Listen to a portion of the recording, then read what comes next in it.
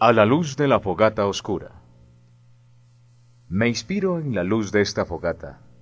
Lástima que no pudo ser encendida. Me inspiro en la oscuridad, que ha sido como la más entendida, en esto de la tristeza y de lo deprimente de la vida.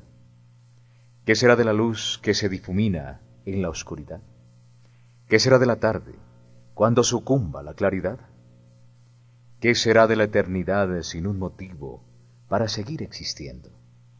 Sería como sentir que en medio del mar no hay viento. Tengo la intención de abandonar esta fogata oscura, que además de no haber sido encendida, me trae amargura.